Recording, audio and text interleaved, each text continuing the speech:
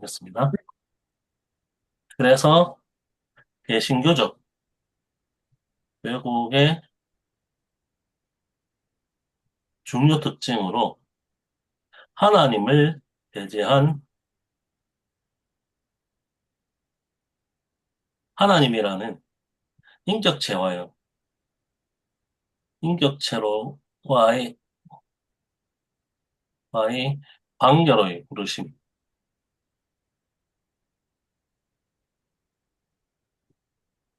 부르심이라는 핵심을 놓친 채 일 자체를 소명의 중요 요소로 여기고 이를 통해 내가 하는 일을 신성시하는 것. 이 부분들을 좀 얘기합니다. 그러니까 특별히 이 하나님이란 관계라는 핵심을 놓친 채 그런 것들을 한다라는 부분들이 그 핵심인 것 같아요.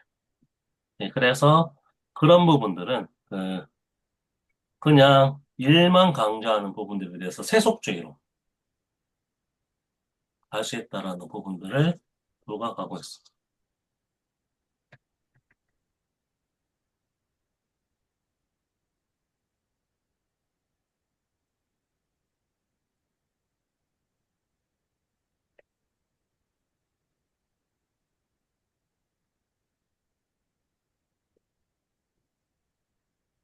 그래서 그 니체 말을 인용을 해서 중요한 얘기죠. 신은 죽었는데 신에 대한 가치관은 그대로 유지하는 모습.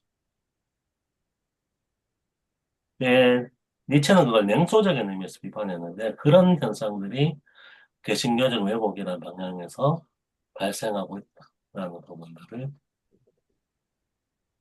얘기하고 있습니다.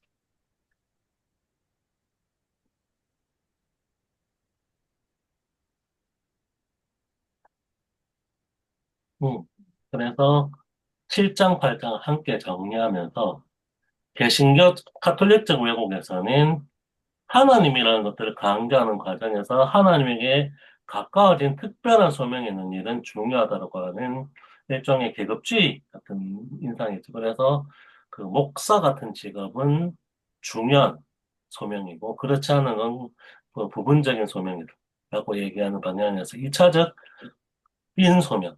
하나님에 대한 헌신이 내 모든 삶에서 결국 내가 하고 있는 일이나 업무에서도 하나님께로 헌신을 해야 되는데 그것을 마치 타락한 일로 바라보는 방식으로 작동하는 것.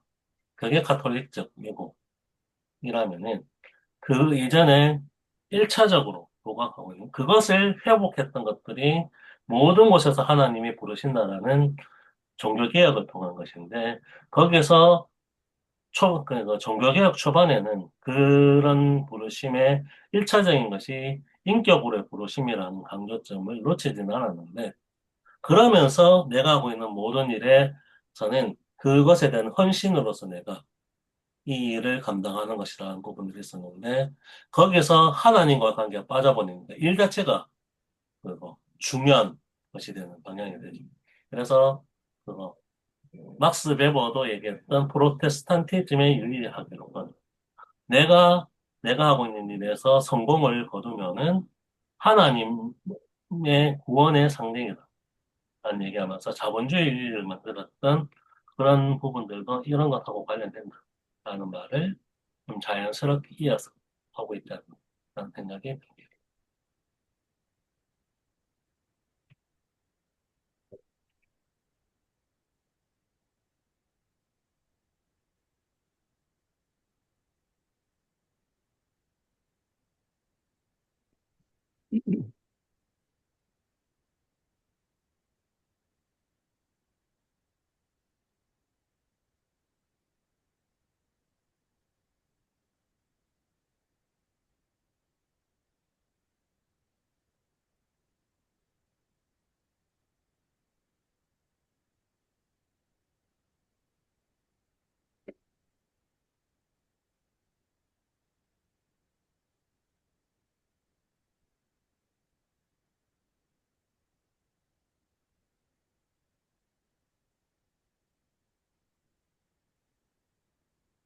내용이 어렵지는 않은데, 사실 이거는 우리 사회에서 종교를 믿지 않는 사람에게도 많이 일반화가 되었죠.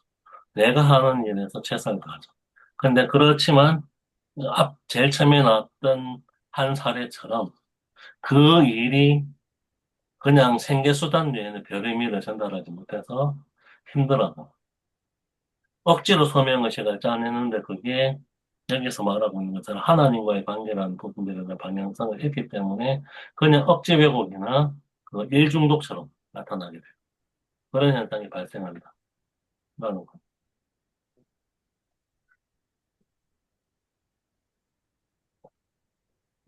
저희가 직업의식을 소명의식으로 생각하고, 그렇게 일을 하는 경우가 굉장히 많은 것 같습니다. 그러니까 하나님에 대한 소명이 아니라 일에 대한 소명, 어, 책임감.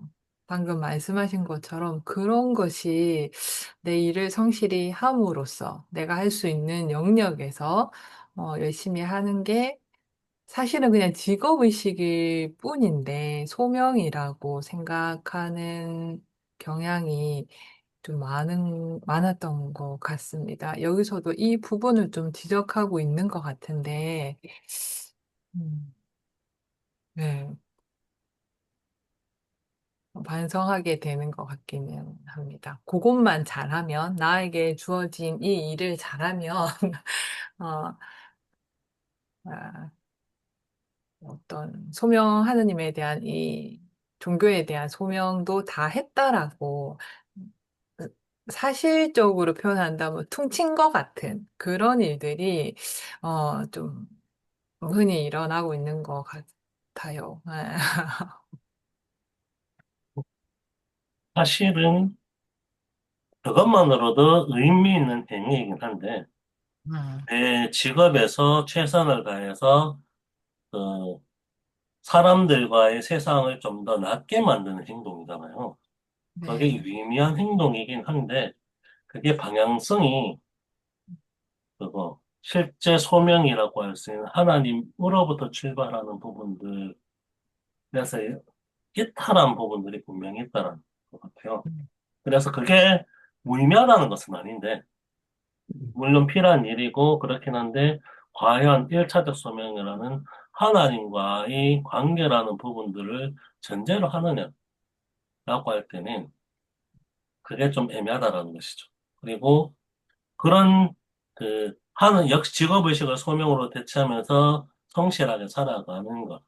그래서 사회가 나아지는 것들의 것도 결국 그렇게 사람들을 만나게 하는 것들도 그 1차적 출발에서는 그 사람들에 대한 헌신이라는 부분들로 하나님이 자기 백성으로 창조한 사람들이라는 그 1차적 소명이 기초하는 방향에서 나야 되는데 그것없이 일어나게 되면은 어, 오히려 무의미로 결국 전개될 수밖에 없지 않냐라는 지적이 이분의 얘기인 것 같아요.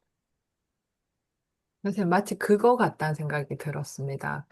제가 최저임금을 만들어 놨을 때는 최소한 이렇게는 하라라는 어떤 하한선을 만들어 둔 건데, 우리가 그 최저임금을 어떤 기준으로 삼아서 딱 그것만 주잖아요. 그것만 주면 다 해결이 되고 모든 것에서 다 문제가 없는 것으로 최저임금을 지켰다라고 하면서 받는 사람도 주는 사람도 약간 그런 생각이 그게 많든 적든 상관없이 어떠한 여러 가지 것들에 대해서 다 해방되고 해결된 걸로 생각하는 경향이 있는데 이것도 마치 방금 설명해 주신 것도 그러한 것 같습니다. 그러니까 최소한 최저임금처럼 최소한 여기에서 시작하라라는 의미로 받아들이고 행동을 해야 되는데 그것만 함으로써 모든 것을 다 했다라고 내가 할 수 있는 거는 다 했다. 여기까지다라고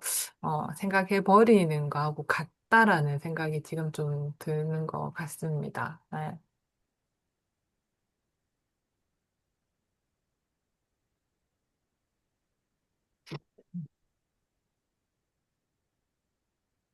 이게 세속화되어서 종교가 없는 사람들도 소명의식을 가진 수 있는 부분들이 음, 될 수 있는 현상이 나타나는 것 같고요. 그리고 그거 그리스도인의 헌신이라는 소명의 의미도 이 과정에서 쌤이 얘기했던 왜곡이 일어난 것 같아요. 사실 최저임금은 진짜 최소한이라는 건데 이것만 지켜도 된다라는 윤리적 정당화를 시켜주는 거잖아요. 그런 것처럼 그리스도인의 헌신이라는 의미가 예수님과의 관계를 맺는 과정 속에서 그분께의 헌신이라는 의미에서 지속적으로 그분과 관계를 맺어 나가려는 것.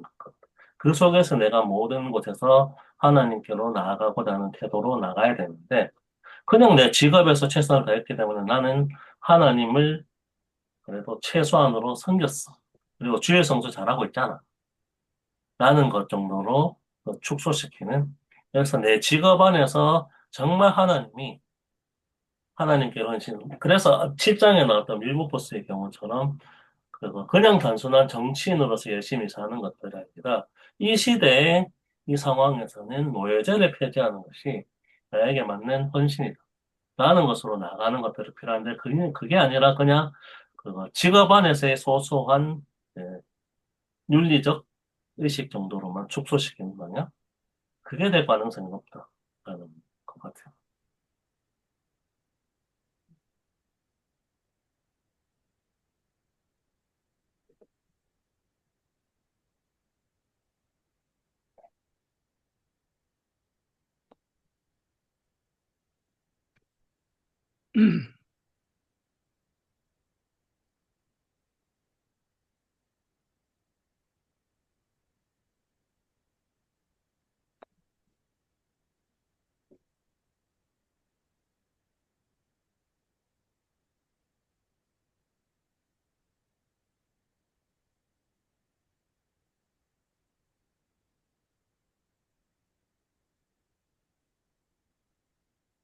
이 이야기가 좀 많이 되긴 됐는데 혹시 김재현 목사님 아닙니다. 뭐 두 분 말씀 나누는 거 보니 뭐 충분하다 싶어가지고 네. 그 우선 이제 그 여기에서 그 소명 소명을 하시는 분, 이제 콜러 부르시는 분, 이 부르시는 분이 이제 굉장히 핵심적이라는 생각을 좀 했습니다. 그래 니체 이야기도 나오지만 기독교의 하나님을 부인하면서 기독교 도덕은 가져가고 싶고 이게 안 된다는 거죠. 그러니까. 근데 이제 부르시는 분을 인정하지 않으면서 또 이렇게 소명은 또 가져가. 왜냐하면 이제 어, 일의 의미를 발견해야 되기 때문에. 그래서 이제 왜냐하면 다들 우리가 일하면서 허무하게 일할 수 없고 생계 유지만을 위해서 일할 수는 없기 때문에 일의 어떤 의미를 발견해야 되는데 이제 이분은 궁극적으로는 부르시는 분이 없이 그런 일의 의미를 발견하려고 하는 시도의 한계에 대해서 많이 이야기하시는 것 같아요. 그래서 이제 이 어떻게 보면 난국이 있는 거죠. 어, 그 부르시는 분이 없는 우주에서 어떤 이제 그런 소명이 필요하다라고 하는 소명감과 의미를 가지고 일하고자 하는 이제 가지고 있는 그 난국에 대해서 이야기를 하고 있는 것 같습니다. 제가 좀 흥미롭게 본 거는 칼뱅 이야기인데요. 칼뱅 이야기. 어, 비합법적인 직업들까지도 소명으로 언급한다는 거죠, 칼뱅이. 물론 그래서 이제, 이걸 얘기할 때 예, 약간 조소를 담은 표현이라는 부분들을 전제로 하긴 했지만 예, 예. 이게 저는 굉장히 중요하다고 생각이 되는데, 칼뱅이 입장에서는 율락업자도 장사를 열심히 해야 되는 거예요. 그리고 이제 도둑들도 담대하게 훔쳐야지 이 도둑으로서의 자신의 소명을 다 쫓는다고까지 말하게 되는데, 이게 이제 좀 절치돼서 인용이 돼서 이게 무슨 말인지 사실 이렇게 잘 모르겠는데 어, 정말 이렇게 주장했을까요? 이렇게 극단적으로. 네. 그러면 이제 깽단의 일을 열심히 하는 것이 자신의 소명을 이렇게 이제 따르는 거. 범죄자들은 범죄를 열심히 하는 것이 자신의 소명을 쫓는 것이고 이게 이제 풍자이긴 하지만 정말 이렇게 말했을까라고 하는 의문이 좀 들더라고요. 네. 예, 그 인용의 그 예, 물론 이분도 그게 풍자라는 맥락에서 사용됐다는 것을 얘기하긴 했지만 네, 조금 설명이 좀 그러니까 설명하면 이야기가 좀 많이 길어지죠. 그래서 아마 네, 자세한 설명을 하지 않았던 것 같긴 한데, 네. 음, 그러니까 이제 도둑이라든지 윤락업자라는 이제 직업이 있으면, 일이 있으면 그 자체를 칼뱅이 소명과 동일시했다라고 하는 그런 이제 그 반물고를 열어줬다라고 하는 이제 그런 이야기를 하고 있는 것 같아요. 소명과 일을 동일시하는 그런 이제 입장이었던. 근데 그보다는 칼뱅이의 예정론과 더불어서 뭔가 좀 더 심오한 소명의 의미를 말해주는 것이 예, 아마 아닐까라는 이제 또 맥락은 생각도 들게 되네요. 그렇겠죠. 예, 인간이 예, 예. 항상 아무 무의미 없이 사는 것처럼 보이지만 어떤 목적의식이 분명히 존재한다.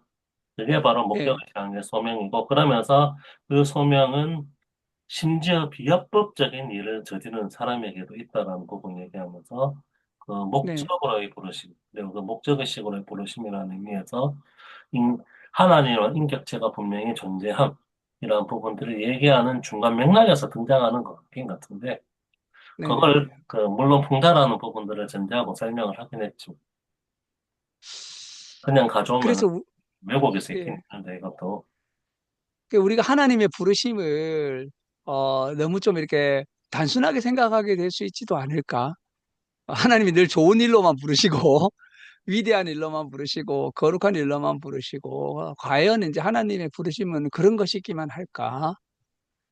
말도 안 되는 걸로 느낄 수 있겠지만 뭐 이런 식의 부르심, 바로는 바로로 부르심을 받았다든지, 예를 들어 히틀러는 히틀러로 부르심을 받았다. 이런 식의까지 이제, 칼뱅이 사고를 하는 것일까? 이런 생각을 들면서, 과연 부름이라고 하는 것은 도대체 어떤 것일까? 왜냐하면 하나님의 부르심이라고 하는 것은, 우리 인간의 어떤 이제 사고방식으로는, 이렇게 다 이해할 수 없는 어떤 뜻을 가진 부르심일 수 있다는 거죠. 그래서 이제, 그래 이제 이런 뭐 많은 이야기가 있을 수 있는데, 이분은 이제, 칼뱅은 그냥 이제 그 직업하고 일하고 그 소명을 동일시하는 이제 그런 이제 물꼬를 틈분으로 이렇게, 보는 것이 아닌가 이런 생각을 좀 한번 하면서 여기에 조금 이렇게 관심이 가게 되더라고요. 네.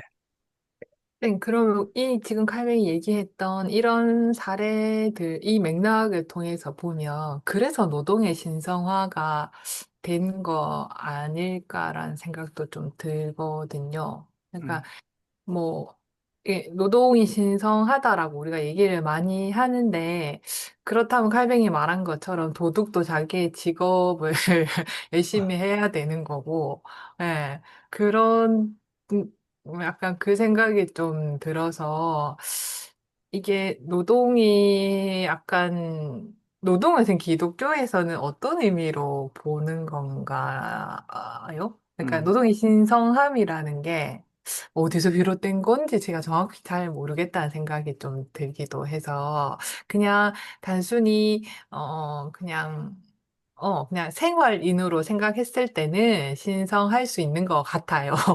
생활인의 관점으로는 내가 열심히 일하고 내가 생활하기 위해 모든 일을 한다라는 거는 그 노동의 가치가 의미가 있는 일이고, 노동의 가치가 없다라는 게 아닌, 그건 분명한 전제를 두는데, 이 노동의 신성함이라고 표현한 것이, 어찌 보면 이 종교적으로 저런 맥락에서 비롯되어서 자본가들에 의해서 약간 더, 미화되고, 이렇게 만들어진 거 아닌가? 기독교가 뭐라고 해야 되지? 우리 오늘 봤던 거에서도 개신교적 왜곡과 가톨릭적 외교가 달라지면서 개신교가 소명을 약간 직업의식 비슷한 일을 열심히 하면 된다라는 개념으로 발전하면서 노동의 신성이라는 것이 유래되었나라는 생각도 좀 들어서 노동의 신성이 이러한 것에서 좀 발전했다고 볼 수도 있는 건가요? 종교적인 관점에서? 그건 종교적인 것도 되는데, 막스 베버가 음, 특히 칼뱅의 예정론이 어떤 점에서 프로테스탄트의 윤리학이 되었는가라는 것들을 사회학적으로 분석한 음, 게 프로테스탄티즘의 윤리학인가 그런 책인데 거기서 송혜명의 의미가 이 부분하고 좀 관련된 얘기가 되어 있습니다. 칼뱅의 예정론이라는 것들은 결국에는 그거 인간의 구원은 인간에게 결정된 것이 아니라 신에 의해서 전적으로 예정되었다라는 부분이기 때문에 그래서 그런데 그거는 인간이 알 수 있는 영역이 아니고 근데 신에 의해서 결정되기 때문에 인간이 어떠한 거는 무관하게 그 우리의 구원이라는 것들에 끊어낼 수 있는 데는 없다라는 부분들로 연결되기도 하긴 하는데요.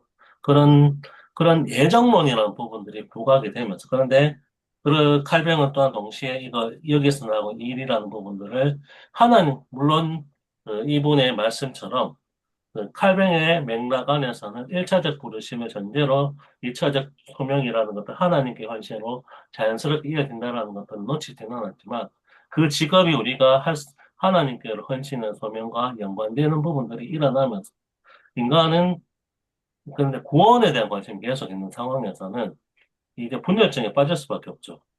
나는 구원받고 싶은데 이걸 어떻게 증명해야 돼? 근데 이거는 나의 영역에서 구원되는 것들이 아니라 신에 의해서 구원되는 것이기 때문에 인간은 그 구원을 계속 증명하고자 하는 노력들을 하게 됩니다. 그게 일과 관련되어서 내가 뭐 그 교회에 열심히 나가고 이런 것도 되긴 되지만 윤리적인 측면에서 그 내가 하나님께로부터 받은 소명을 잘 수행되어서 거기에 대한 대가가 많다라는 것은 구원을 받은 것을 입증해 주는 요소로서 기능하게 된다는 얘기를 하면서 자본주의 윤리라고 할 수 있는 정직하기라는 그런 소명으로서의 직업, 이것이 예정론과 관련해서 발생하게 되면서 자본주의의 윤리학이 발전하게 되었다라는 것들을 사회학적으로 약간 설명을 하고 있죠. 예, 그 이제 도미쌤 말씀에 받아가지고, 그러니까 종교개혁이 등장하기 전에는 노동은 신성하지 않았죠. 그러니까. 노동은 이제 수치고 버리고, 그건 이제 뭐 고대 사회의 가부장제대, 여자들이 하는 게 노동이 가사노동이고, 노예들이 하는 게 노동이고, 정말 복받은 사람은 노동을 안 하는 거죠. 그러니까. 성경에서도 이제 타락 이후에 이 벌로서의 노동이 주어지게 되거든요. 근데 말씀하신 것처럼 오늘날 우리가 노동의 신성함을 말하게 된 것은 그 막스 베버가 개신교 윤리와 자본주의 정신에서 보여준 것처럼 이 개신교의 역할이 큰 거죠. 제일 가장 기본적으로 루터의 직업 소명설이고 그리고 칼뱅의 예정론이 세속 금욕주의를 만들면서 우리가 이렇게 이제 그러나 이제 그 뒤에 이것은 세속화돼 버리는 거죠. 그래서 이제 여기서 우리 이 오스키니스도 말하는 것처럼 종교적 핵심은 쏙 빠져버리고 이렇게 이제 그 세속적인 어떤 의미에서의 뭐 행동이나 요구만 남는 거죠. 이제 이렇게 종교가 세속화됐다는 걸 보여주는 게 여기는 콜리지의 말입니다. 공장을 세우는 것은 성전을 세우는 것이고 공장에 일하는 것은 예배하는 것이고 포드도 일은 세상을 구원한다고 이제 종교적인 이야기를 하고 있는 거죠. 그래서 종래의 성전, 뭐 예배, 구원 이런 것들은 종교와 관련된 것이었는데 이것이 이제 어떻게 보면 좀 세속화돼 가지고 여전히 남아 있는 거죠. 그런데 이제 오늘 현대인들은 종교적 뿌리가 빠져버리게 되니까 남아 있는 거는 노동이 신성하다든지 뭐 일을 해야 된다든지 일하는 것이 좋다든지 이런 식의 이제 의식만 남아 있는 거죠. 그래서 이제 그렇게 된 것에 어떤 이제 뭐라고 할까요? 한계와 문제, 이런 이제 그 세속화된 사회에서 의미를 찾을 수 없는데, 이런 이제 계속 일은 해야 되고, 뿌리는 저기 종교적인 것에 있었고, 이런 것을 이렇게 이제 진정으로 회복하기 위해서는 이제 부르시는 자로 말미암은 1차 소명과 2차 소명을 건전하게 회복하는 것이야말로 올바른 이제 소명의 삶을 살 수 있는 길이다라고 이분이 이야기를 하고 있지 않은가 이런 생각이 좀 듭니다. 네.